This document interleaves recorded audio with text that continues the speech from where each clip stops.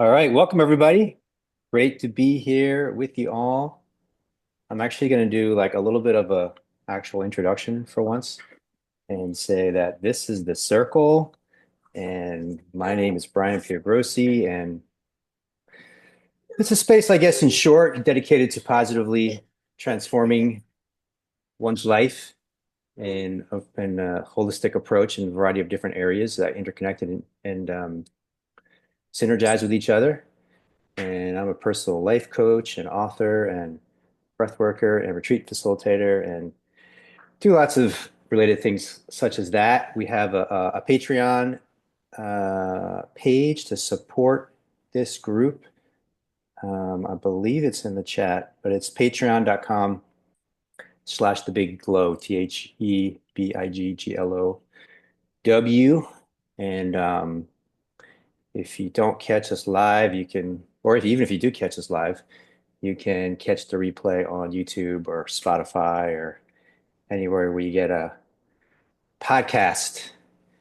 Um, oh, yes. And a couple of fellows who are here tonight who've been working with me for quite a while have started a meditation Mondays on Monday nights. That's Jeff and Jacob who are here with us. So if you'd like to tune into that, that's happening on Monday nights.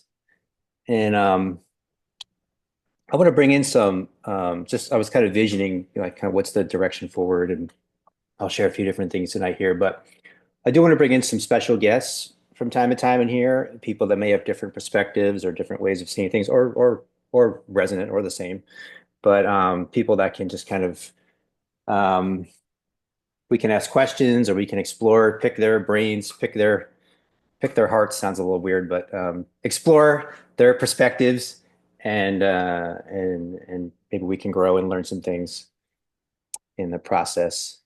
So something that we did that was I thought was powerful because we've been talking a lot about not just here, but in the men's mastermind and the personal coaching, just the power of gratitude and how it creates a shift in your consciousness that opens up different levels of possibilities, different levels of seeing things in new ways and insights and inspirations. So I'd like to start again with just a little quick round of gratitude. So if anybody would like to share two things that they are grateful for, I'd like to start off that way, and then we'll get into our theme of the evening after that. I will start. Well, of course, I'm grateful for all of you and grateful for this space and grateful that people show up and are here and we're able to explore from a place of open-heartedness and open-mindedness and be able to like be open to a space of learning and growing and expanding. Grateful for the people who are not present live but watch the playback. I hear from them and grateful for all of you as well. Second thing, grateful for, I'm going to go with my family.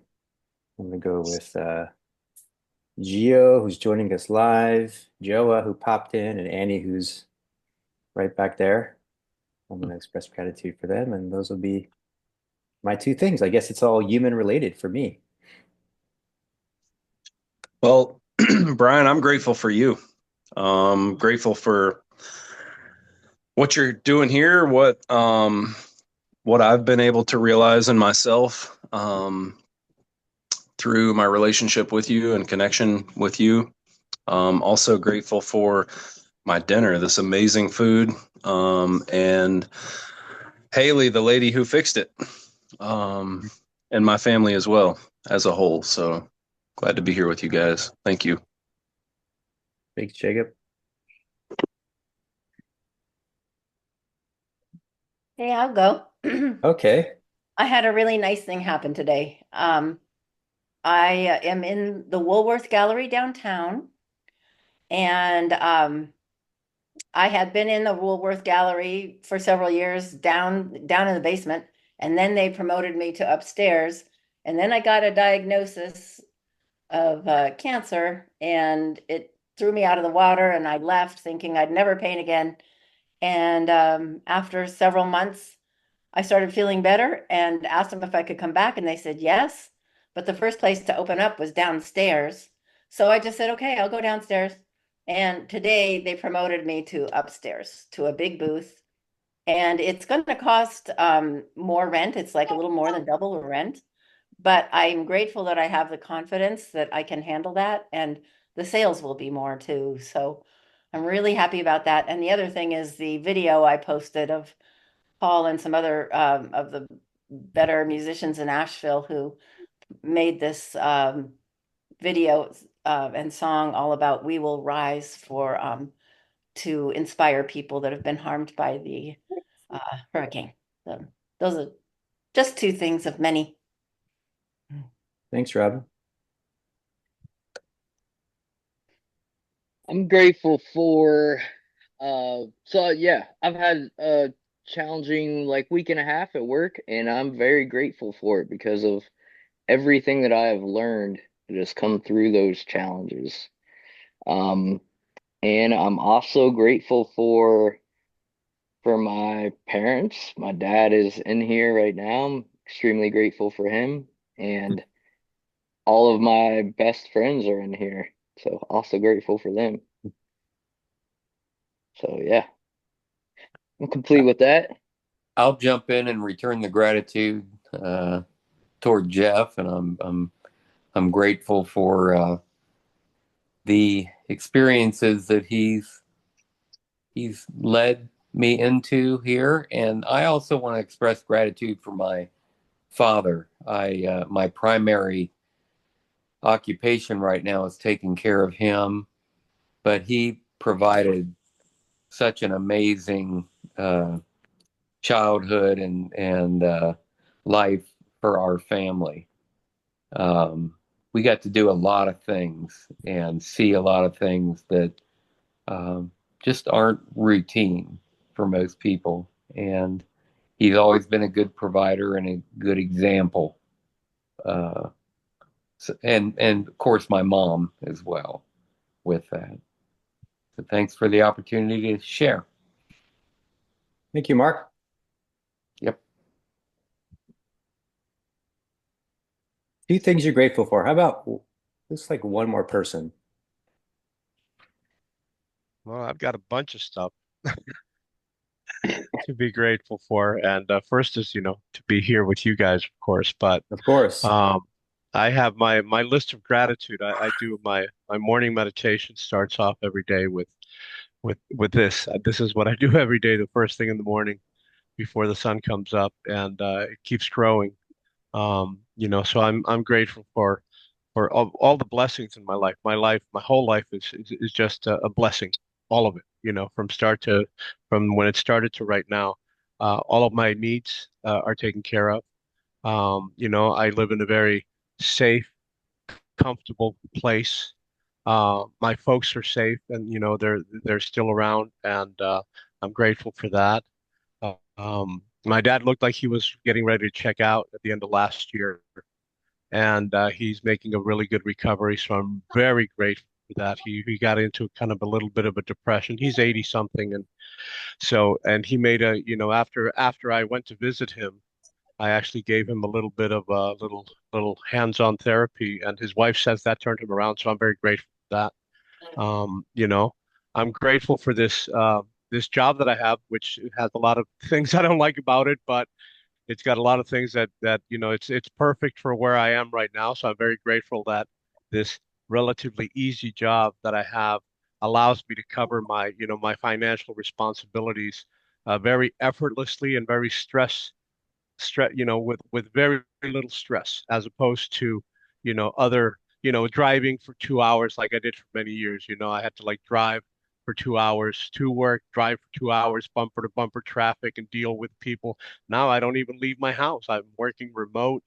I don't have a boss over me, so there's all these blessings. The food on my table, my daughter's happiness. My daughter just came back from like a 2, 3 year trip around the Far East, and she's doing really well. So she's very happy with her husband. So I'm very grateful for her, for her happiness, and you know, so many things that I could just keep going on and on and on. Thank you, You know, Antonio. Maybe get one more person, two things you're grateful for. Yeah, I can go. Okay. Oh, Zachariah, and then I think Gio after that. Go ahead, Zach. Oh, thanks. Well, yeah, grateful for you. But I still want to say two more things. Sure.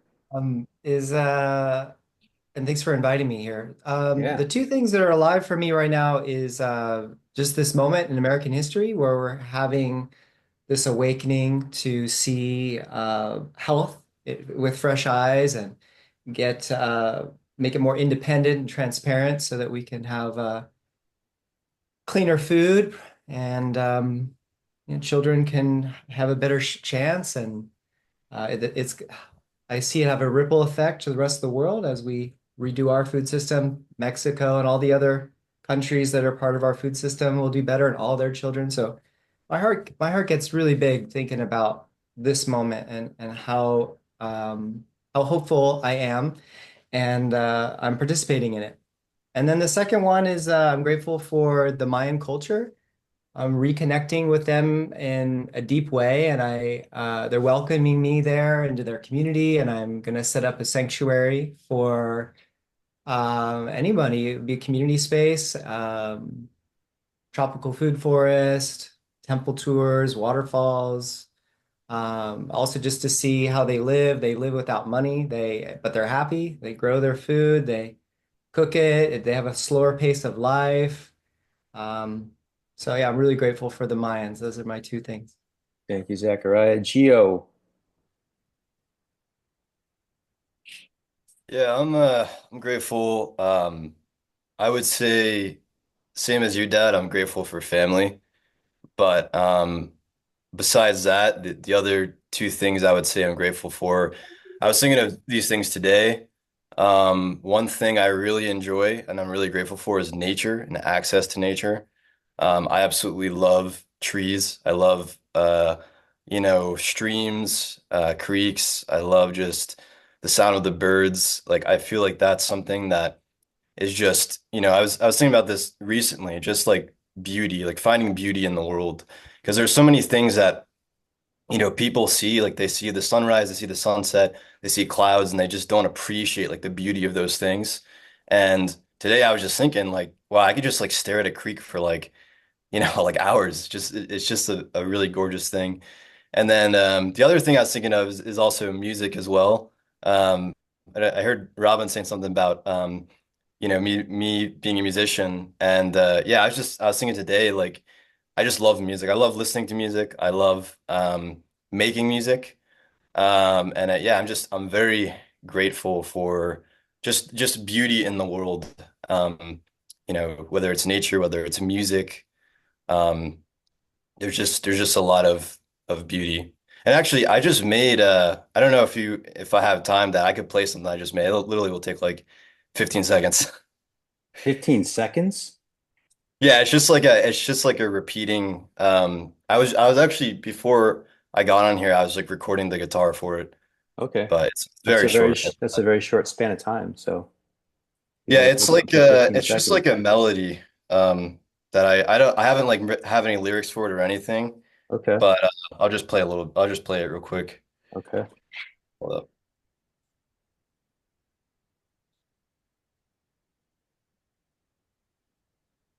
We are loading music from Giovanni Piergrossi. We don't hear anything. Oh, okay. Yeah. Oh, that's Oh, strange. yeah, we've had this problem before here. We figured it out one time, but it took us a long time to figure it out.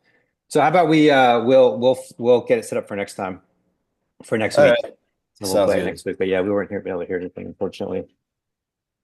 Okay, well, thanks everybody for gratitude for all your gratitude.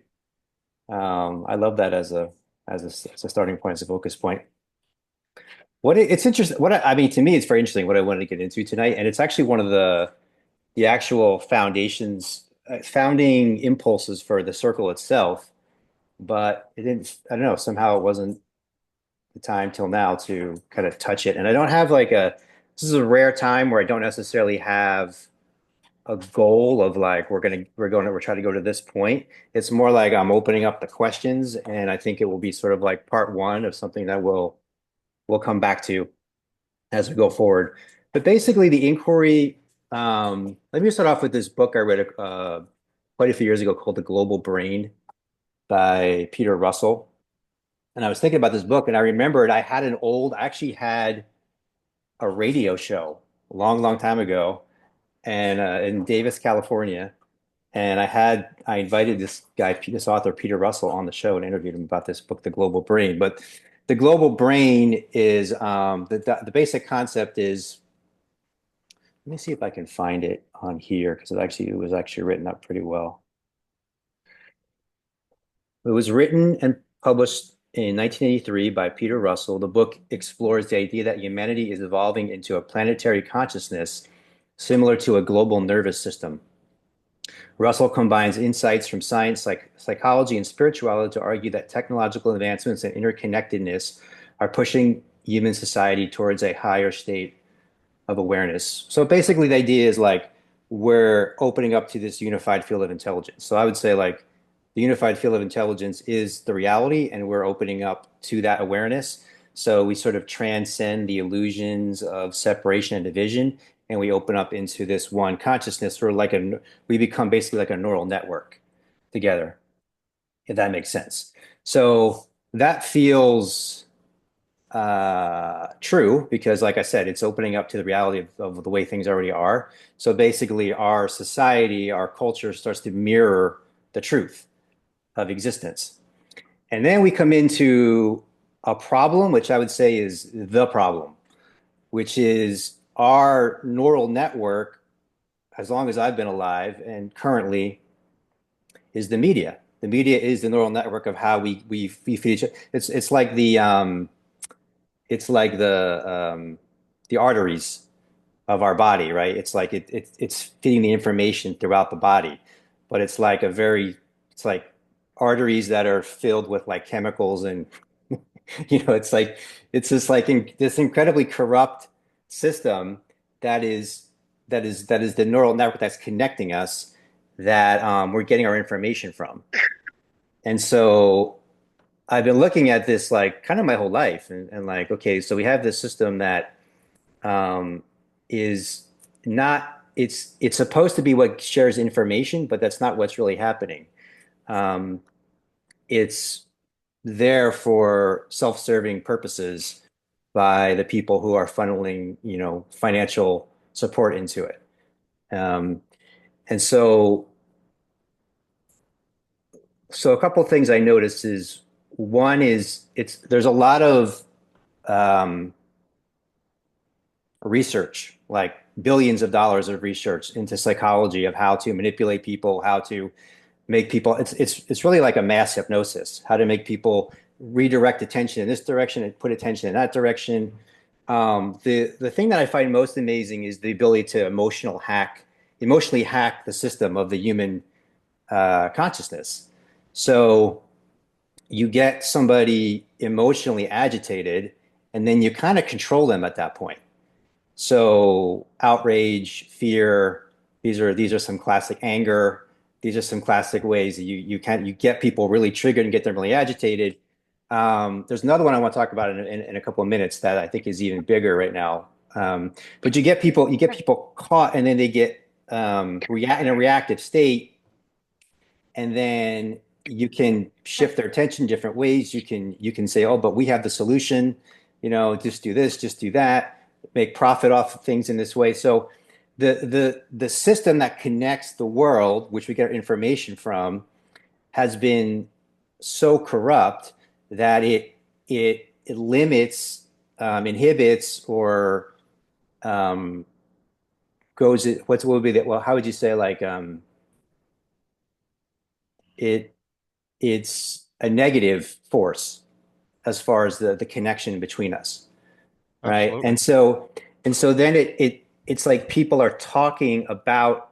So then you have like the alternative media, but the alternative media is the alternative to the mainstream media. So it's like false information is put out, and then somebody goes, no, that's not, that's false. But it's like you're in this like fight over here, but the actual real thing's over here.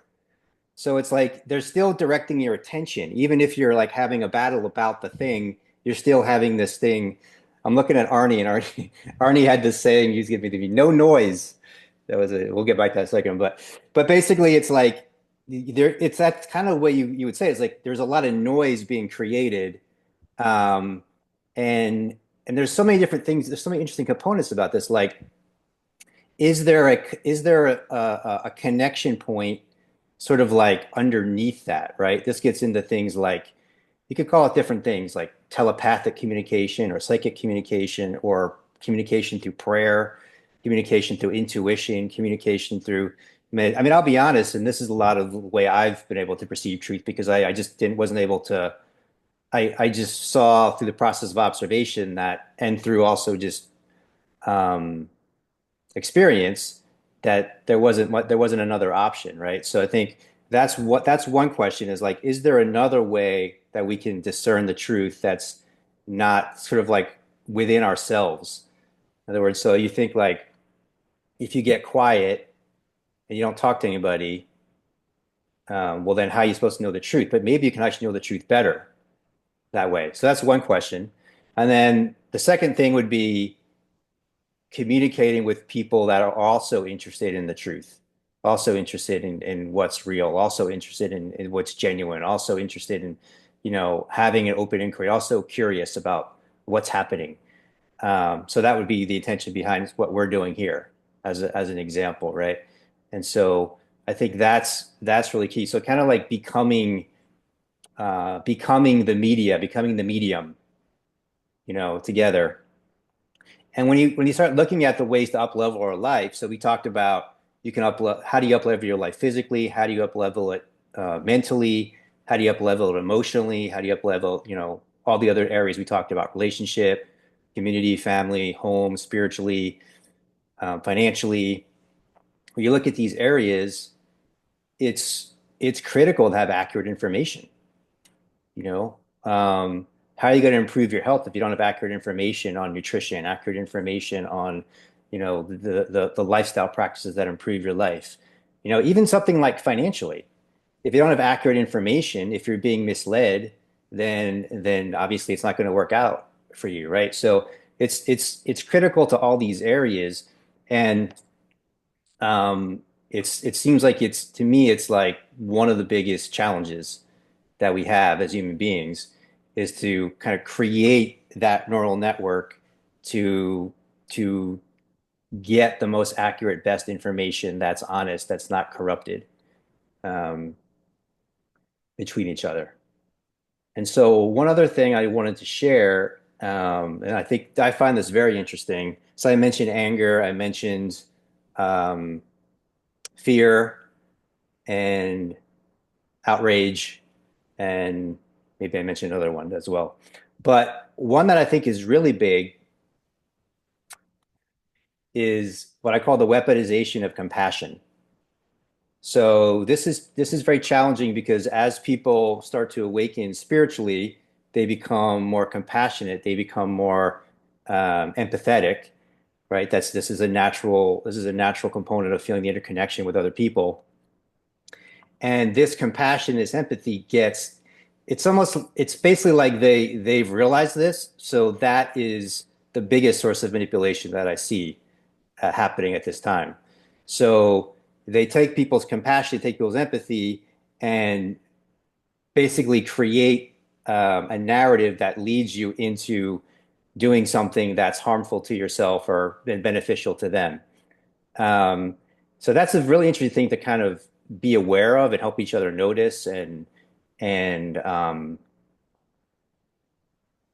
illuminate, because that's one of the biggest forms of manipulation that's happening, and it's a very tricky one because it's good to be compassionate, it's good to be empathetic, um, and it's also important to be discerning and to not get tricked, to not get misled, to not get manipulated, and to be a source of true benevolence that's empowered and comes from within yourself and comes from the guidance that's directed from within, directed from God, and not coming from people that are manipulating you and laughing behind your back and, benefiting financially and profiting off of you in the process, right? So it's a very interesting time that we are in right now. And um, and I just wanted to kind of bring this up and bring this to the surface. And the intention would be that we could create a space where we could discuss what's true, what's real, what's really going on, what's really happening, and be in the intention of uncovering the truth together. And I think so much of our media is intentionally divisive.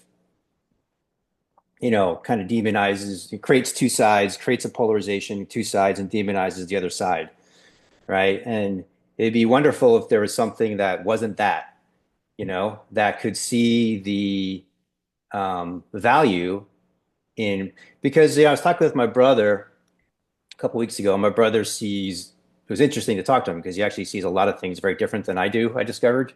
Not that I didn't already know that, but I discovered even more so in the conversation.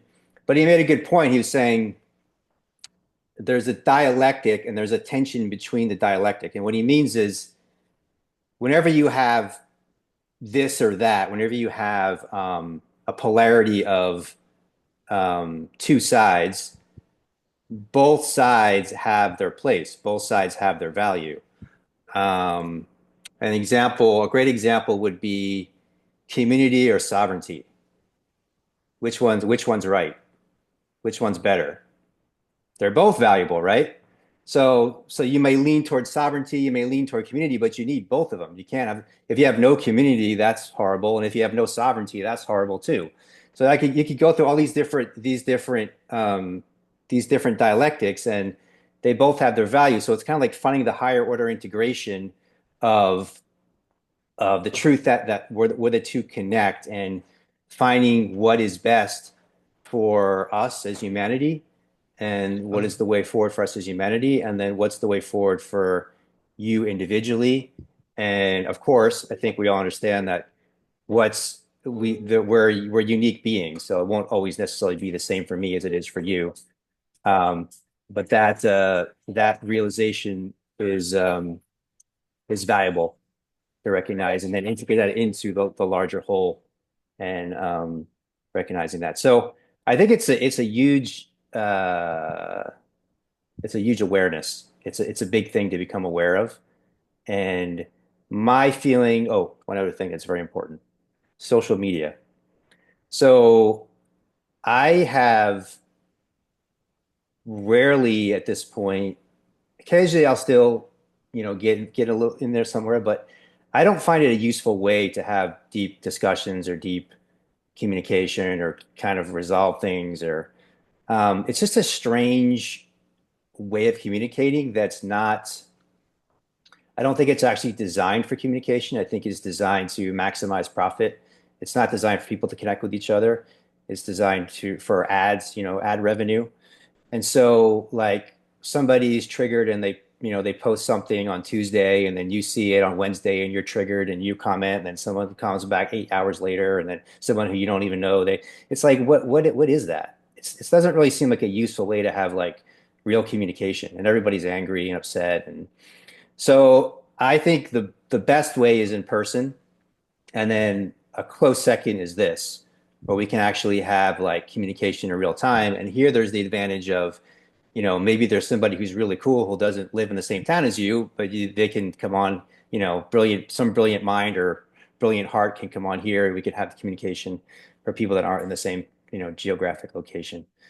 So I think that's some of my opening thoughts and ideas. And I just want to open it up if anybody has any questions or reflections or things that they want to share Well, that resonated with what I shared or didn't resonate, or questions. Yeah, Antonio? well, just from the example that you said, it's when talking about, dualities or polarities, like you said, sovereignty or community, one or the other. When you paint it as black or white, right? In that example, I think we need sovereign communities. That's the, Yep. but Yep. but It's the old, I don't know where it comes from, but divide and conquer, right? Hmm. You were talking about that before, and I think that's when you were talking about the media and the people who control the media. This has been going on for a very long time. Like you say, they spend millions. They've got it down to fine art. The dark magicians that manipulate public opinion, and actually it goes further, like you said, because media is used to create emotions in people because they know that through the collective energy of emotions, things manifest. And they know all of the science behind it. So they know how to program the masses to produce the results that they want. I mean, this is already a science for them. So I think that you are correct in pointing out that the media has been corrupted for a very, very long time, and it's used against our best interest as a humanity, in general. So definitely, and then going back before, because that's on the outer world, that's on the surface, that's on the what I call the synthetic matrix. That unified field that you spoke of, that neural network that you refer to, that already exists. The divine or the natural matrix that we are all a part connected within, on a deeper level, that already exists. We're just most people aren't very conscious of it. But going back to what you were saying about the polarities,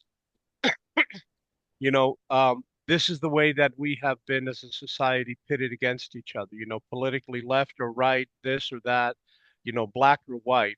And that's done on purpose to, make us, paint a line and which side of the line are you standing. And of course, one side always says the other side are the bad guys, and the other side says that the other guys are the bad guys. And look how rabid at foaming at the mouth both sides have become.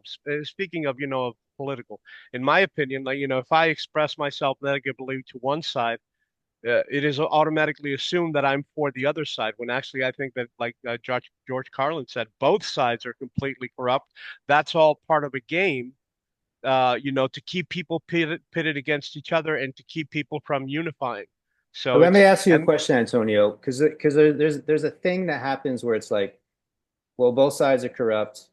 And then it's like, and I know from my own, this is my, usually when I speak, it's from my own experience, right? So there can be this like nihilistic thing then of like, well, then I'm not going to engage at all in any of it. I'm just going to stay out of it. I'm going to turn off all the media. I'm not going to get involved politically. I'm not going to, like this kind of a mindset. Um, but to me, it feels like we are called to engage in this world. Like we are called to be a beneficial, uh, be a beneficial presence in this world, right? So I think that's the challenge is like how to be engaged and be a beneficial presence. And, sometimes it may be valuable to take a position on something. Sometimes it might not be. But I think that's the challenge, right? Is like not to get a nihilistic thing of like, oh, I don't care about this world. This world's bullshit. And like to be engaged, but to also be aware, be vigilant, and not get caught up in the BS. That makes sense? yeah. Yeah. Yeah, again, it's I think we humanity is in general has, especially with politics, and the media, these are tools of manipulation, to keep humanity divided against itself and disconnected. Um, and again, speaking of politically, and without getting into specific, examples, because everybody, of course, I really try to stay away now from, political arguments. I was very politically, I'm a lefty, okay, but if I say that, then it can be misconstrued as many other things, the way that politics has been painted, and I'm not in that general way. In general, I do think that the humanistic, socialistic concept of taking care of all society with the resources, socialist democrat, if you will.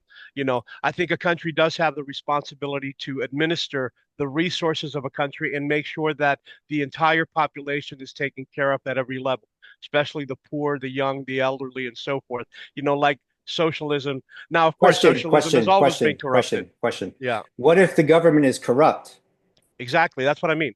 That's what I Yeah, but mean. then you don't want to give them any money because they're not going to use it the way they say they're going to use it. They're going to be lying to you. That's what I mean. I'm Oh, talking about okay. the philosophy, not the practical applications, because of Okay. course, socialism has been corrupted at a government level as well. It's again, we get into that, but in a philosophical sense, I think the socialistic philosophy, not the socialistic governments and their applications, Mhm. but the socialistic philosophy of a government being just the administrator. If you had an honest group of people who could, a very honest group of people who could administer the resources of a country without being corrupted for their own personal benefit and making sure that the resources of a country are administered to benefit the greatest population. It's a You big know, if. exactly. But here's the thing on the right, if I compare that to, the what I see as far as the right, it's definitely a little nobler. But in practice, they both get absolutely corrupted and go to the extreme of their own personal benefits, you know?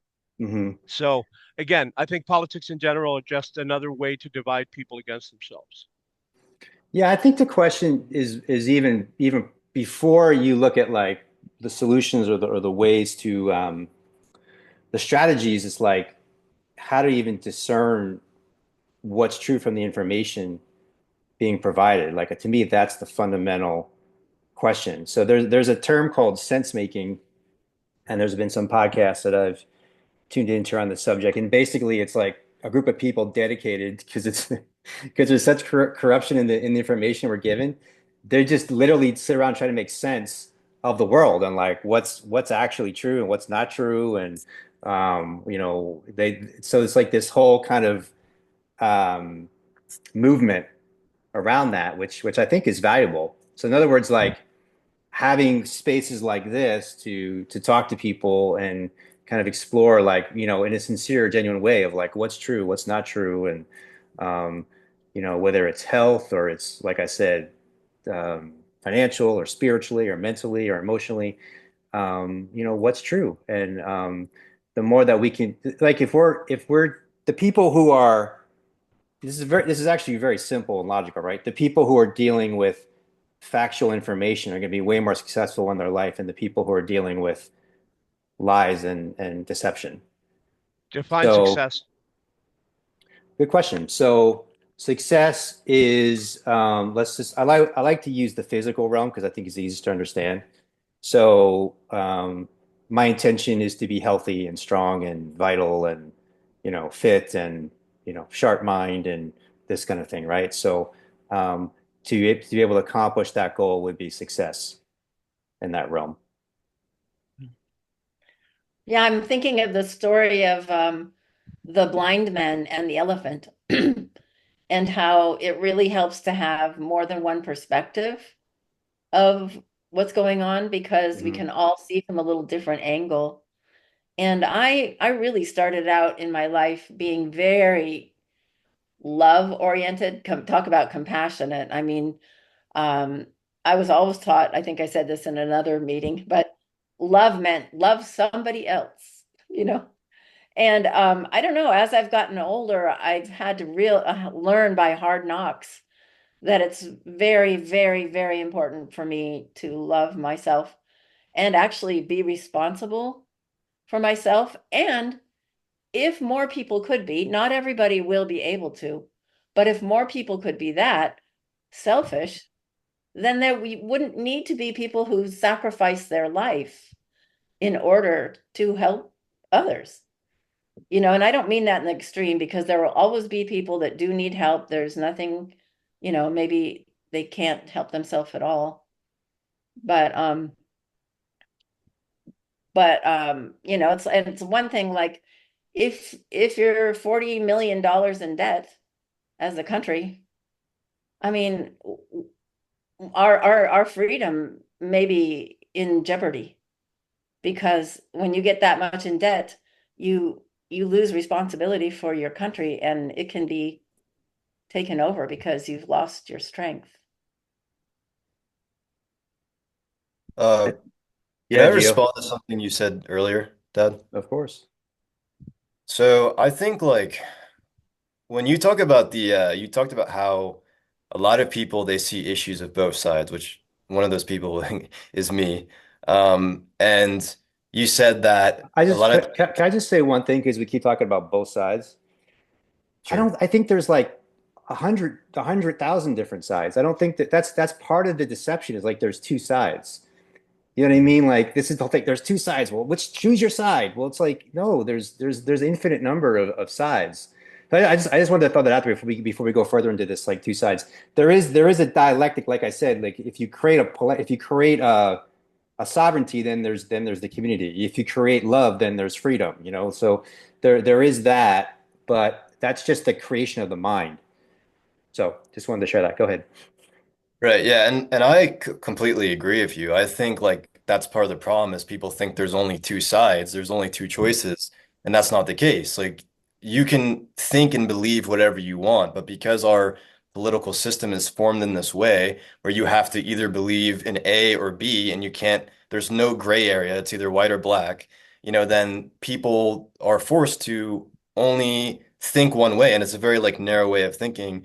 And what I was going to say earlier is that like responding to what you were saying about how like, people think both sides are corrupt. I think that you were saying that like a lot of people when they think that both sides are corrupt, the alternative to that is a form of nihilism or a form of apathy. And I would say that actually what it should be rather than that is a form of sovereignty and empowerment that comes from the individual, that comes from the population, and not a reliance on something external or something that says, hey, let's rely on these people to do these things for us. Instead, it comes from a place of, we are the people, right? It says in the Declaration of Independence, like, we are the people, right? And like, I think the power, like, I think a lot of people don't realize this, but the power doesn't come from the government. It doesn't come from the military. It doesn't come from big corporate owners. It comes from the people because the people give authority to these people in power and they say, hey, we're going to vote for this person. We're going to put this person in power.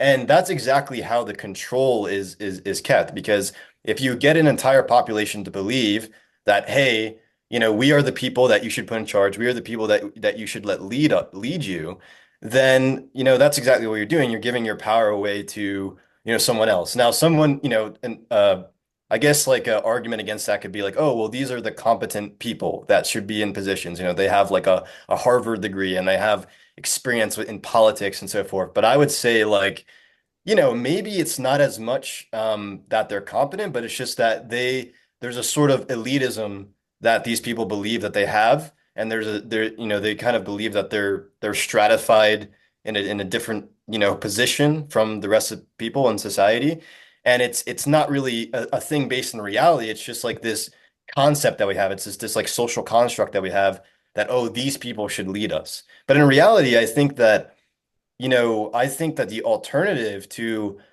a political system that's corrupt is bringing back power to the people. Like that's exactly what happened, all throughout history. Like even when the founding fathers were starting America, there was a revolution, against like these corrupt, people in the old world or like, England or whatever. And I think over and over again, that's what happens. That's how societies refine is that the power goes back to the people again, and then they form something new, and the power goes back to people again, and they form something new. And I think really like that's the key to having a society that's like, has equality, freedom, equal opportunity, all the things that people want in the society. The way to keep that is to, give power to the people as much as that's possible. And I don't know if democracy is, like I think democracy in a way is a very good way of doing that, but I don't know if the form that we have currently is successfully doing that as much as it can be, perfected, I guess you could say, and I don't know, maybe human nature is like there's just always going to be some sort of greed, but I would like to believe that there is a better way of doing things, and if power is brought back to the people and not relied, not, put on this external leader or this external person to help us, I think that would be a lot better for Okay, society. so I agree about empowerment within yourself. However, um, for me, and I think for all of us, actually, leadership is actually important because, like, for example, there's somebody here who works in weather forecasting, and they know more about weather forecasting than I do, right? So if they can tell me what the weather is going to be tomorrow, that's very helpful for me. That's helpful for me on the road to success.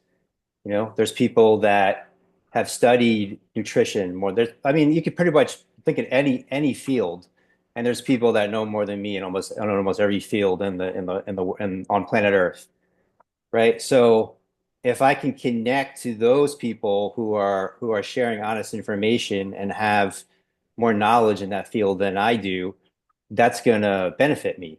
That's gonna help me on my path to success um, in my life.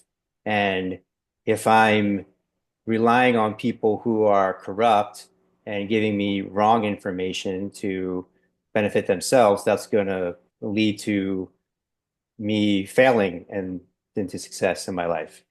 Right. So that's the thing. So I guess the primary thing is just that inquiry, right? And not being naive and just trusting that because it's on the screen or because it's on the news, it's these people are your friend. And someone said this to me once, and I think it's the best way to think of a newscaster is like an actor. They're reading the lines that they're given. And I don't say that in a way to be even condescending. I just think that's factual. Like they have a look and they read the lines. Um, and so it's like just really being aware of where you're getting information from and being mindful and being discerning. And the more like you guys are all connected to me in some way, right? So if you're getting bad information and you're sharing it with me, that hurts me. So it's almost like, and same for me, if I'm giving you bad information, that hurts you. So it's almost like a sense of responsibility and care for the people that you're connected to, that you do your best to get the most accurate information. And then we start to create this, we start to create this like um, separate or alternative network. We start to create the real neural network, the real global brain, that's sharing the real information with each other.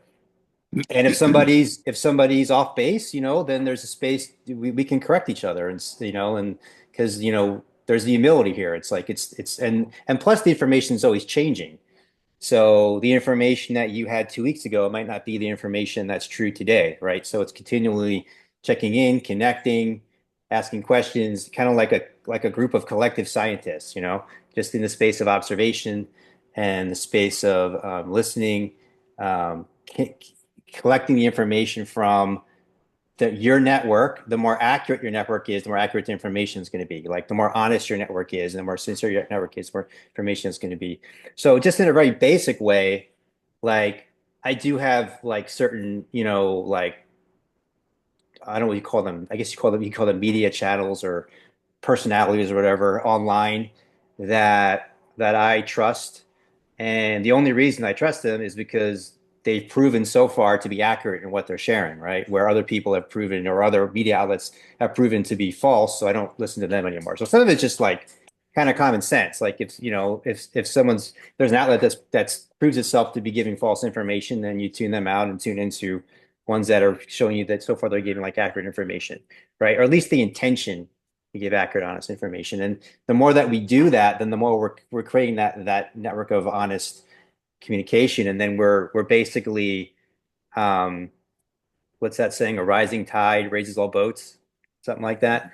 Then we're raising we're on this ascension path together of getting the best, most accurate, honest information that leads us to the highest levels of actualization, activation, realization, ascension, success, all of that in Mark our has his lives. hand up. I I don't know if you know. know. I Oh, see okay. it. I wasn't sure. I think I think Zenith had her hand yeah, up first. Zenith Or did too. Zenith Primo. Did you want to say something? Yeah, I'll pop in. Thank you, first of all. That was a lot. If I were to respond, I mean, Brian, that was just a lot. But I do have a couple of things that were coming up for me, and I'll share with you a little bit of a story. The other week, I missed the circle because I went to a comedy thing at the Lazoom, and this guy came up on stage and he was fairly offensive, but at one point he called Asheville a city of socialistic shamans. And I just thought that was the funniest thing, because he was just joking. But I find that in a, in not so many ways, like we are in a social transformation. We are this group, the people who listen to this work and do this work and invest in their time and energy and love into the clarity of mind and the quality of mind that steps into um, this truth and finding the truth and the pursuit of truth. It is social transformation. It's the most important work that we could be doing. And it's funny because I wanted to explain, since we're all wondering, or we were joking about it, what Zenith Prime means. And it's funny because um, Zenith refers to the highest point of wherever you are, right? So at any point, if you were to Mhm. draw a straight line from the crown of your head to the highest point of the top of your sky map app or whatever, it would be your zenith, right? Just like your nenith is the point that's the lowest opposite direction of that. Prime refers to the first derivative, which if you're looking at a point or a position in time, the first derivative is the velocity of that point. So essentially, zenith prime refers to the velocity of the highest point of view that you could possibly have, which leads me to believe, that's it's interesting because I find God in science so frequently that making a fake name was like easy because oh, okay, we'll just go to the highest point wherever the velocity is. Let's go there and there will be truth. Everybody finds truth in different ways. It's as if like the universe is its own living being, not so much in the sense that it eats or breathes, but more in the sense that it's like it's aware of itself, right? That's true. That's loving. That's true. It's like the gift of life is an awareness of self, just not as, I guess, like the quest of life is to become more aware of itself. So if we are um, in the quality of mind that seeks the type of love that we know is true, then we could potentially learn the truth outside of ourselves because it's in every single one of us, right? And I'm reminded of, this is the last thing I'll say, I'm reminded of a Hafiz poem that was interpreted by an artist named Daniel Ladinsky. And he says, the earth never says to the sun, you owe me. Look at what a love like that does. It shines the whole sky,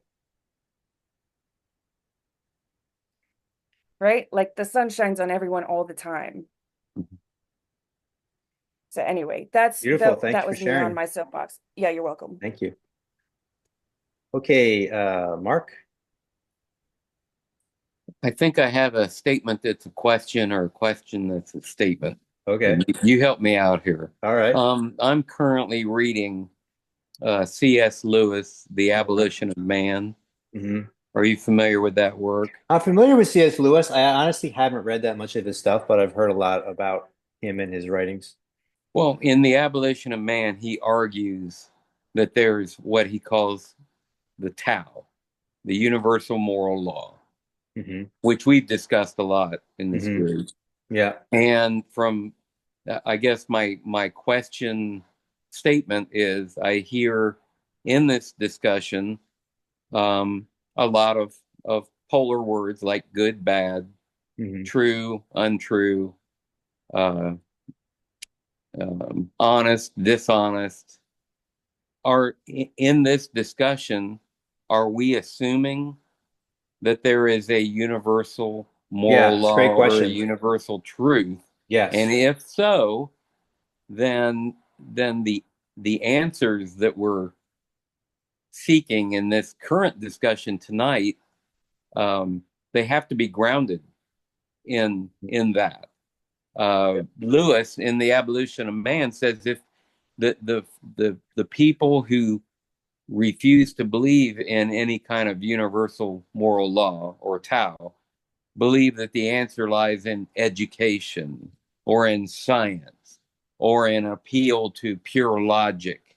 And he said his famous term in that book is that if you don't believe in a universal moral law, then you are creating men without chests, CHESTS, men without chests. And that, in other words, hollow, um, no emotion, no appeal to anything like good, pure, holy.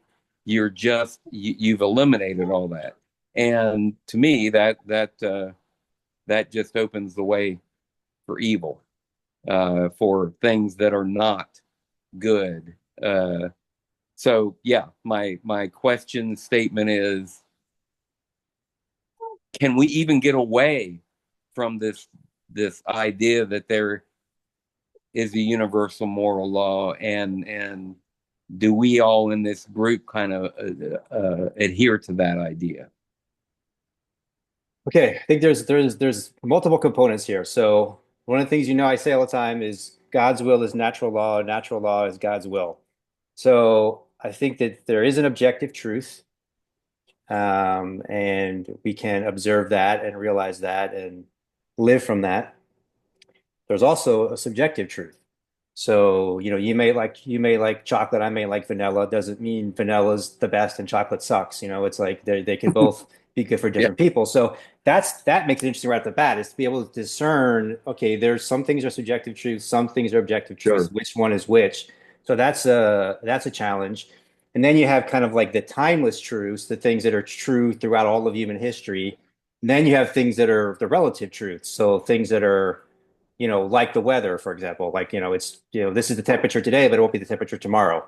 So I think all of that makes it very complex, not in a way that's like we can't figure it out, or in a way that's like, I think it's a good challenge. Like it's like we're a challenge that God designed us to be able to figure sure, out, you know.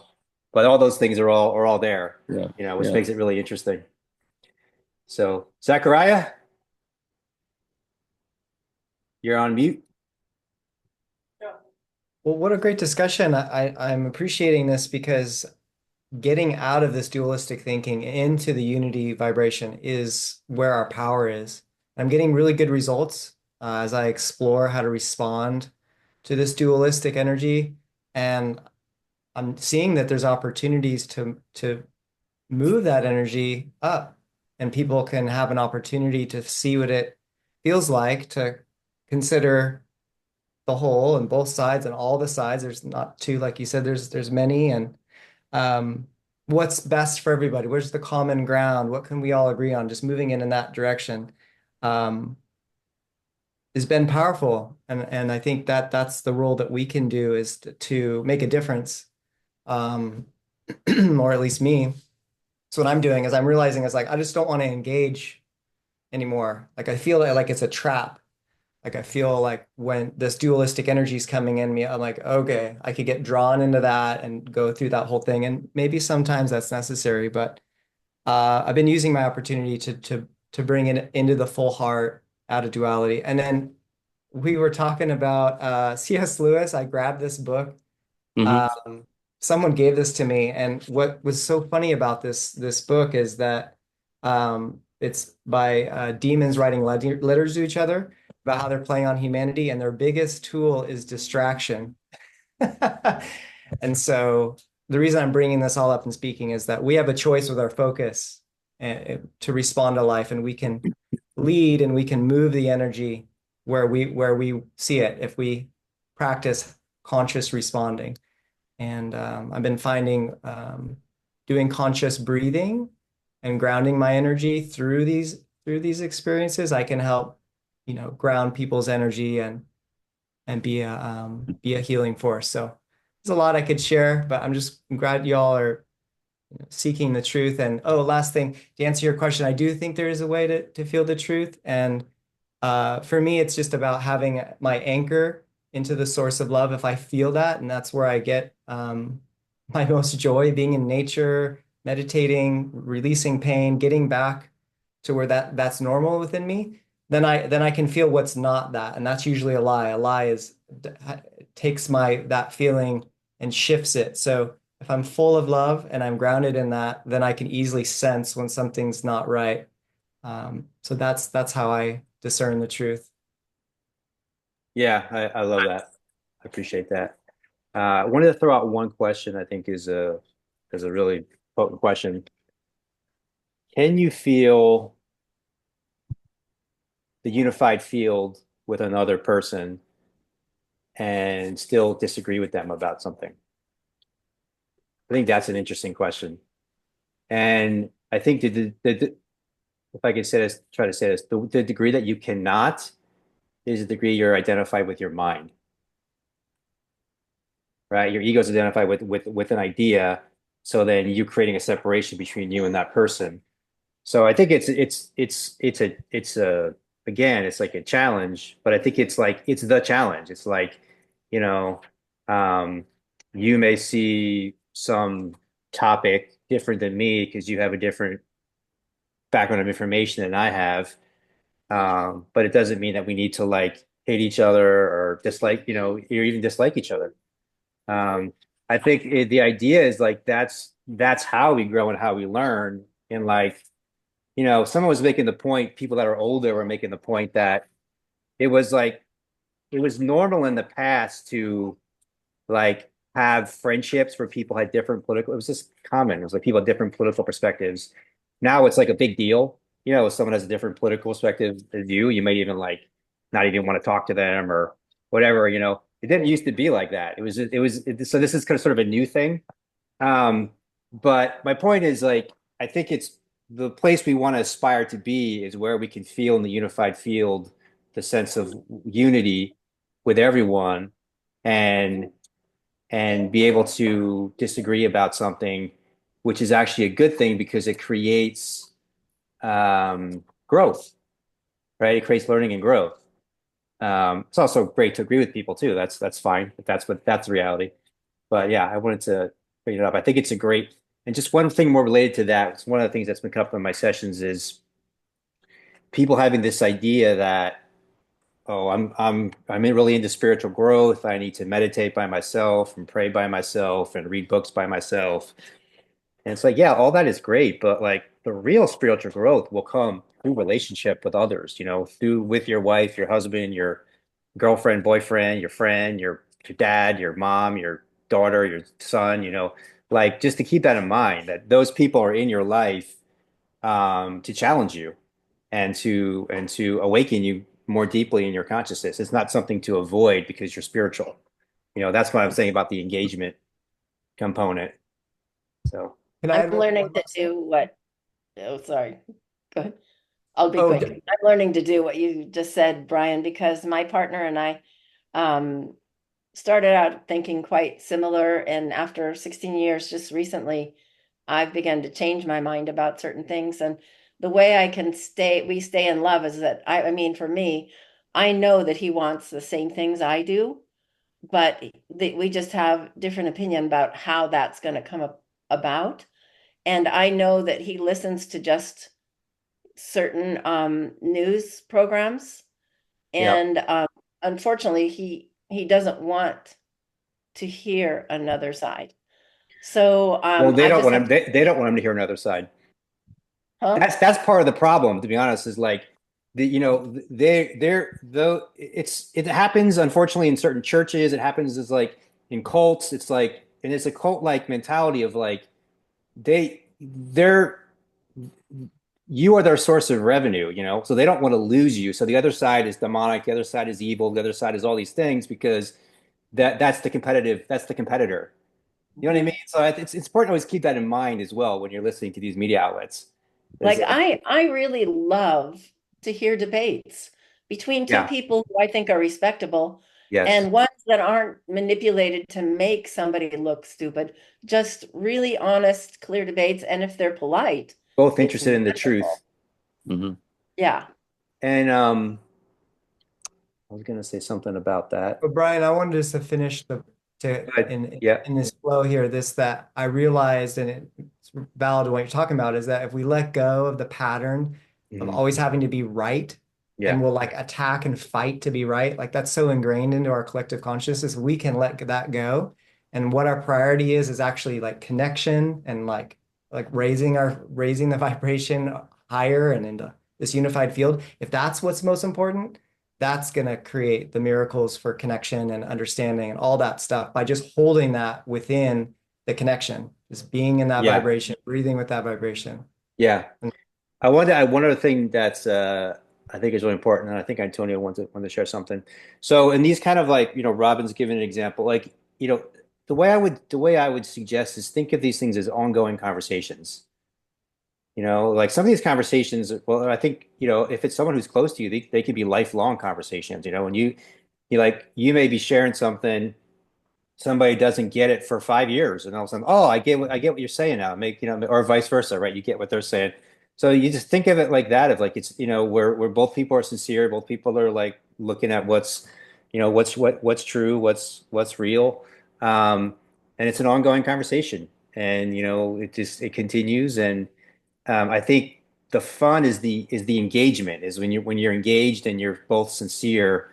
Um, it's not about having to like have everything be exactly the same with everybody. That's one of the things I say about my retreats is when I lead retreats, people would often say like, "Oh, it feels so good to be with like-minded people."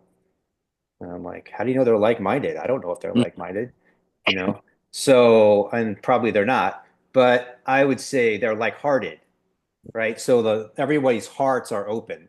So when the hearts are open, there is the communion that's deeper than the mind. All right, Antonio. Yeah, thank you. Well, several things just to touch upon, what people have been mentioning. First, what you were talking about, the truth, and this just goes back to what Zachariah just said. Indeed, I also agree, there is an absolute universal truth, which I think is very hard to come to under the layers and layers and layers and layers of deception that we have lived under, for so long. And so to be able to get to that, and it is deep in the core of our being, that absolute love that Zechariah was talking about, our pure essence, that is the source of absolute truth. That is what we come from. That is what we are at the essence and the core of our being. Now, getting in touch with it, now that's the hard part because there's all this stuff out here interfering. Okay, so first of all, there is that absolute truth, and it's within us, and it's beyond us, and it's true regardless of us.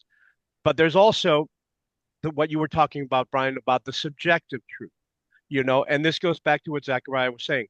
I used to be of the belief, my mind was programmed in a way for very long that I knew that I was right and my truth, I know the truth. And if you believe differently than I do, then you're wrong. And I'm going to prove to you why you're wrong and blah, blah, blah, blah, blah. I didn't respect others' subjective truths. That was when I was young and dumb. And so learning now in my what I call my second awakening, learning to respect the truth others have for themselves, whether I agree with it or not. I have retrained the program in my brain to respect absolutely respect whatever truths others have for themselves. And this has freed me from conflict. If your truth is your truth and it's perfect for you, my truth is my truth and it's perfect for me, and neither of us are wrong.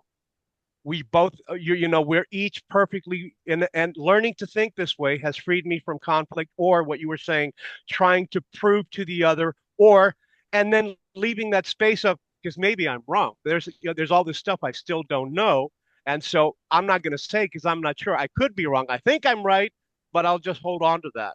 But ultimately, there is an absolute truth. Now, going back to the other thing you were saying about the polarities, And I think Mark was referring to this, in this right, wrong, good, evil, we could say conscious or unconscious. And I think there is definitely the two trends, that there's a bifurcation.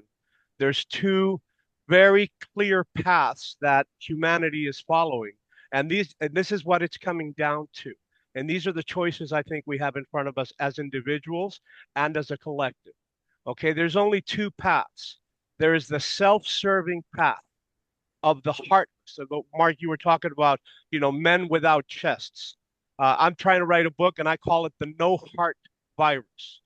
The no heart virus is it is the cause of all of the ills of the world. And I've discussed this before, Brian, and this comes from the fall. This is actually what we're trying to heal from individually and collectively, which is reconnecting to the heart.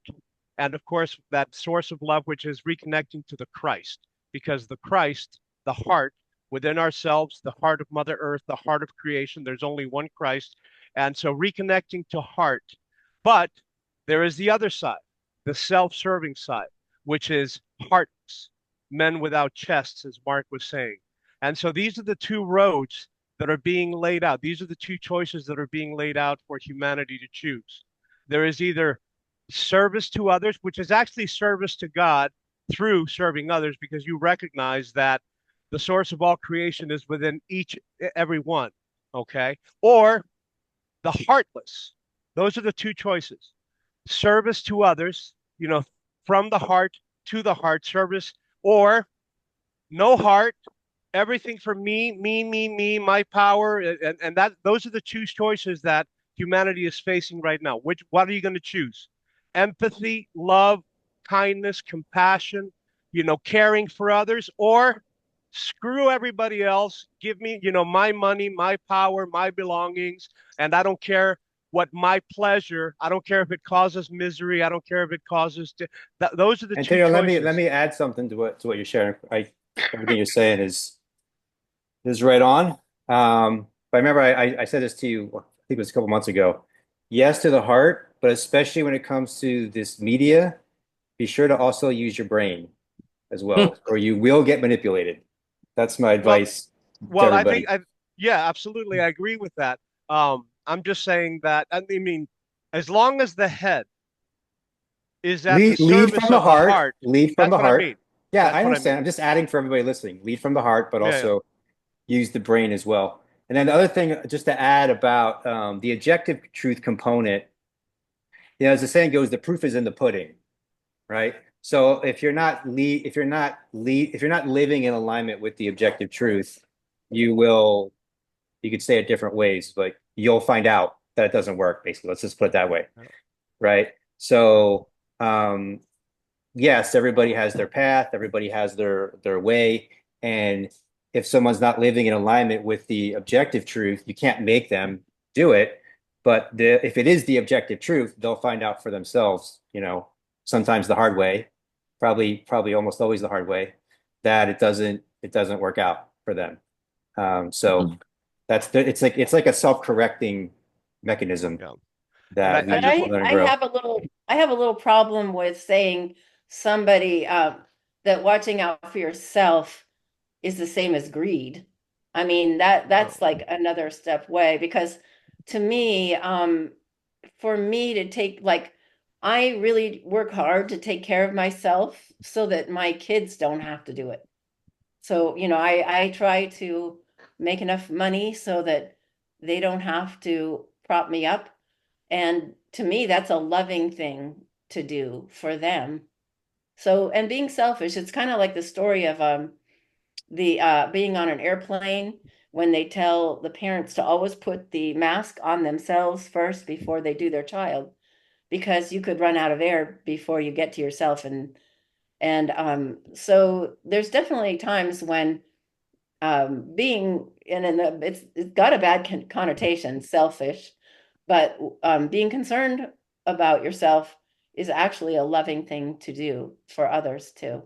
I think I want to the let me I know. I'm sorry, I got let it. me I just got it. interrupt real quick. I I just got want to it. add Let something. me let me take it. So the point is to have a consciousness where you realize the unified field with everybody. So it includes yourself.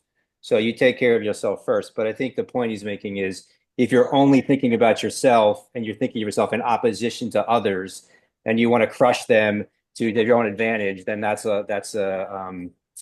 a low vibration consciousness that's going to cause suffering for not only for others, but for yourself. Right. Mhm. Well, That's the difference between being, self-centered. What you're talking about, I absolutely agree with what you said, Robin. Okay, and being self-centered and being selfish is very different if you're doing it from the heart than you're doing it from the head. You're taking care of yourself because you're thinking of your daughters. Yeah. You see the difference? So it's very different. Being self-centered or being selfish, if it's Mhm. heart-centered, you're actually doing it for others. See, so it's very Yeah. different than when you're disconnect. That's what I was talking about. yeah. The no heart virus. Yeah. Yeah, That's and the problem that we have when I people do was it just really from the head. I was really tested in this subject when because I have a daughter that struggles with drug addiction, and for 10 years I turned myself inside out trying to help her and doing everything I could and pouring my money out and getting her to rehabs um it just about broke me. I almost had a nervous breakdown, and it wasn't helping her. So I had to learn to better care of myself and allow her to face the consequences of her choices. Yeah, and I think that is a valid point because people that I've worked with, the clients I work with, there's definitely people that and it's usually women, focused on others to such a degree that they neglect themselves, right? And then that's not good for anybody. But I think Antonio's point is valid. Like you're working on yourself in a way of taking care of others, then that's the right consciousness to be in a service-rated role. So we got a baby that needs to go to bed here. So, and we're all in the same room here in Florida. So I gotta wrap it up. Speaking of taking care of others and being of service to others. But I appreciate all of you. Great conversation. We can keep this going for another few hours. And I think this is the topic we'll follow up on, and I'll get into some more specific things in the future on this topic. But yeah, appreciate you all. Love you all. Thank you for being here. This will be recorded and playback. See you next Thursday.